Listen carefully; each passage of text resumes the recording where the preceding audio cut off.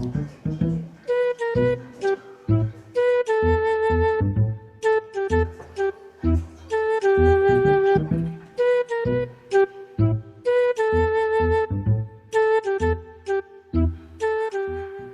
बघायलास?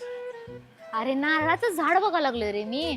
मला लय अजब वाटते बाबा, बघ की मुळापासून शेंड्यापर्यंत सगळ्या गोष्टी उपयोगाला आहेत आणि त्यात आणि नारळ, त्याच्यामध्ये आत पाणी. मला लय अजब वाटते बाबा हे सगळं बघितल्यावर.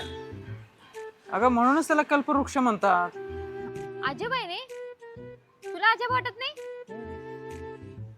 मस्त ना खरं.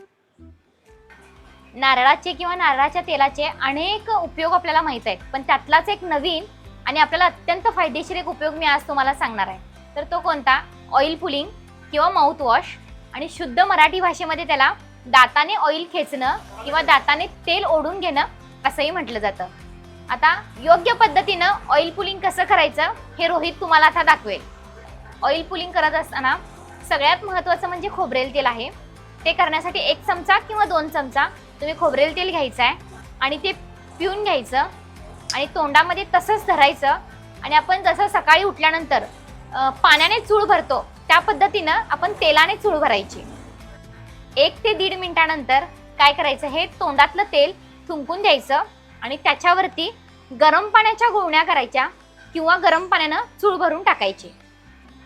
आता तुम्ही ऑइल पुलिंग योग्य पद्धतीनं कसं करायचं ते बघितलं.